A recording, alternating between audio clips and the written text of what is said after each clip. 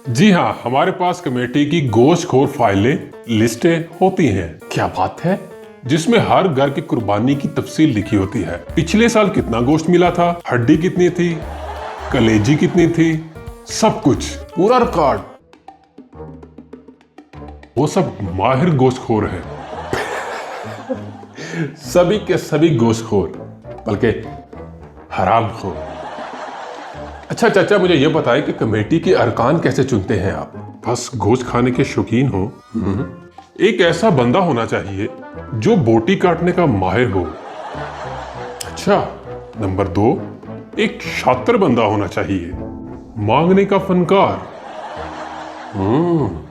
Number 3, 2 बंदे शुरफा होने चाहिए, यानी शरीफ होने चाहिए।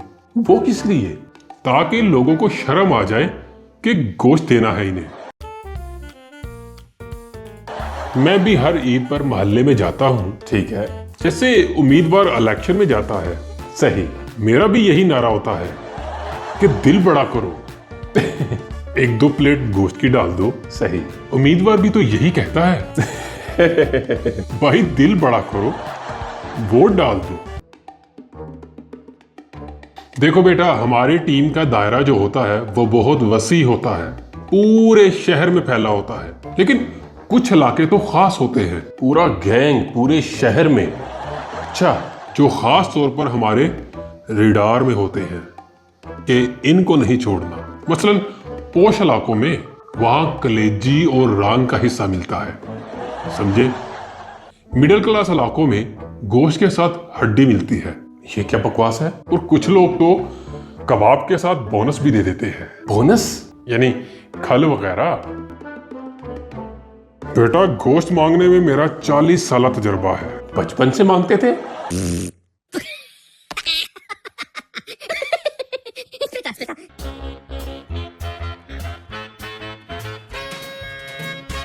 अस्सलाम वालेकुम नाज़रीन, कॉमेडी स्टूडियो की नए एपिसोड के साथ इमरान एक दफ़ा फिर आपकी खिदमत में हाजिर। ख़वातीन व हज़रात, आज हमारे साथ मौजूद है एक ऐसे शख्स जो सिर्फ गोश्त मांगने का फ़न जानते हैं। जी हाँ, हमारे साथ मौजूद है चचा गोश्तखोर, जो कहते हैं कि कुर्बानी का गोश्त मांगना और वोट मांगना एक जैसा है। देखते हैं वो किस तरह कमेटी बनाते हैं और गोश्त इकट्ठा करते हैं, और फिर इतने ज़्यादा गोश्त के साथ वो करते क्या है। तो चलते हैं इनके गोश्त मांगने के सफर पर। तो शुरू करते हैं आज का प्रोग्राम। अस्सलाम वालेकुम चचा गोश्तखोर। वालेकुम अस्सलाम बेटा। सबसे पहले तो ये बताएं, ये नाम कैसा है? चचा गोश्तखोर, हरामखोर तो सुना था, ये गोश्तखोर क्या है? बस तुम्हें क्या बताऊं, असल में ये नाम अवाम ने दिया है। हम गोश्त दुश्मन नहीं, बल्कि गोश्त के आशिक हैं। जी जी। जो कहते हैं ना कि गोश्त देकर हमारा दिमाग खराब ना हो, पेट चाहे खराब हो जाए, इसलिए हम गोश्त के आशिक हैं।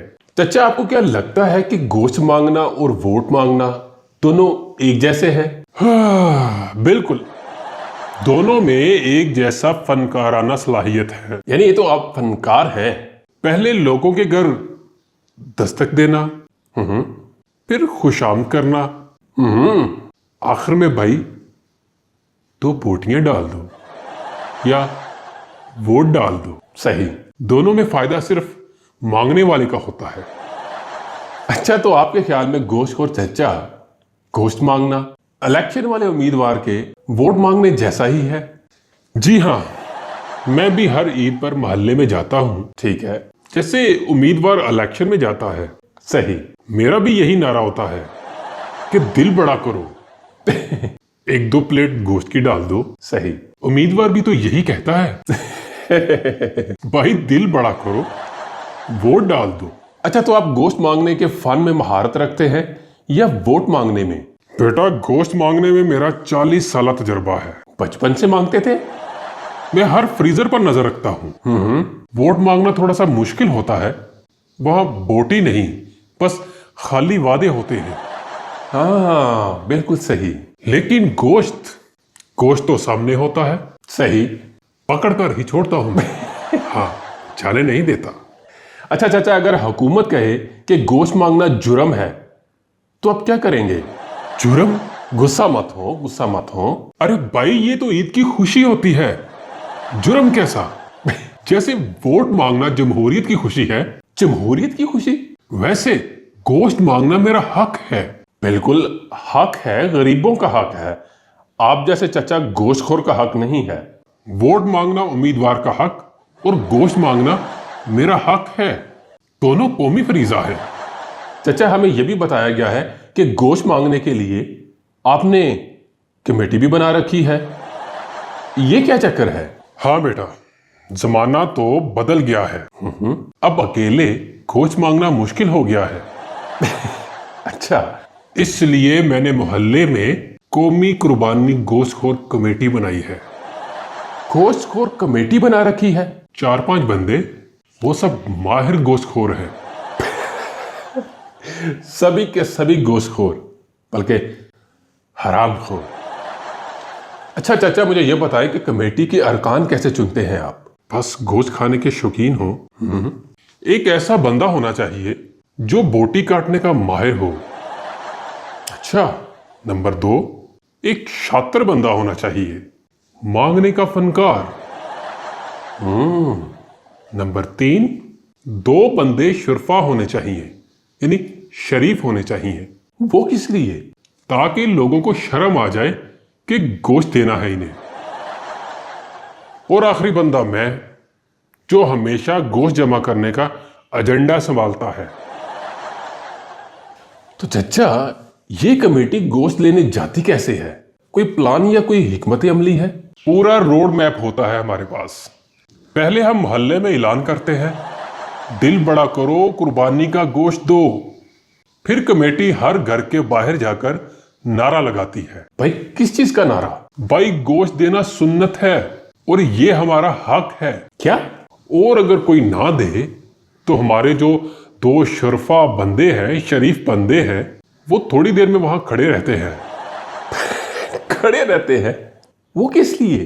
ताकि मोहल्ले की इज्जत बचाने के लिए लोग गोश्त दे दे, इसलिए वो 2 बंदे वहां खड़े रहते हैं। और कमेटी के सरबराह जाहिर है आप ही होंगे।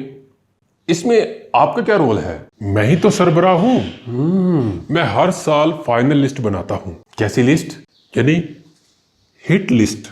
किसके घर कितने किलो गोश्त मिलना चाहिए, अच्छा। किसको दोबारा याद दहानी करानी चाहिए। याद दहानी कराते हैं? अच्छा। किसका गोश्त हड्डियों समेत है तो इससे बात करना छोड़ देना चाहिए।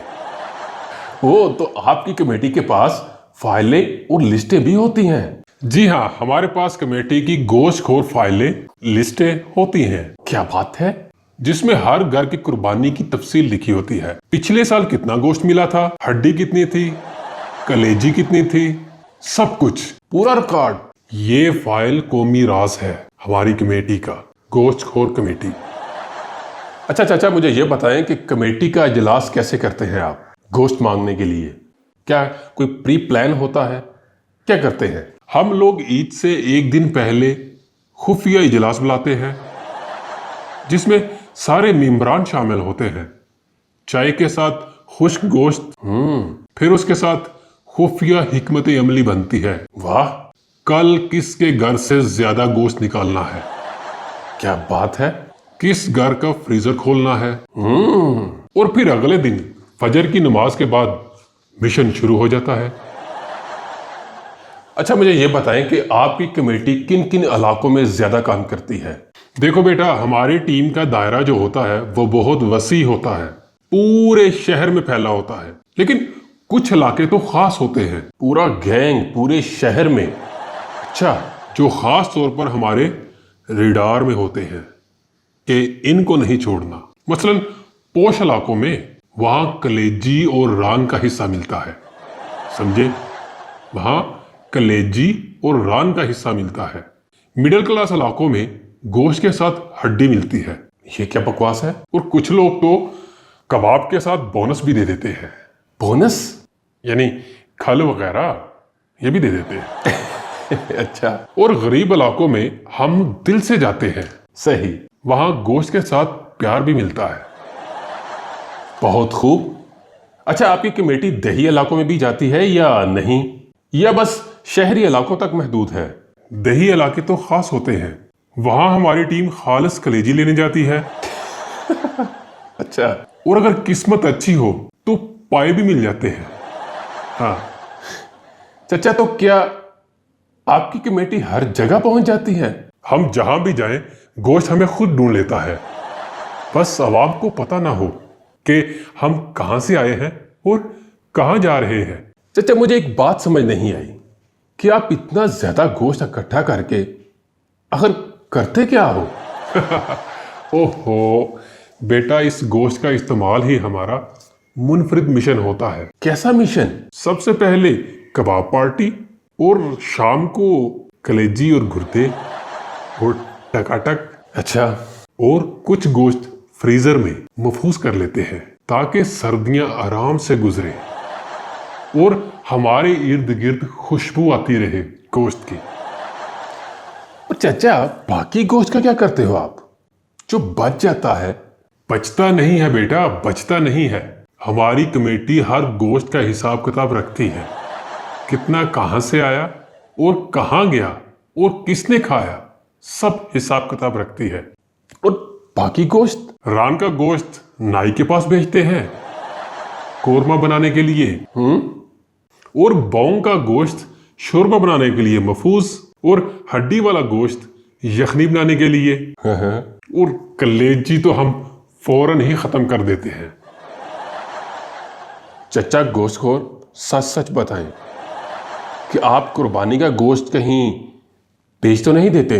नाउज बिल्ला बेटा, हम गोश्तखोर हैं, बिजनेसमैन नहीं। ये सब कौमी खिदमत के लिए है।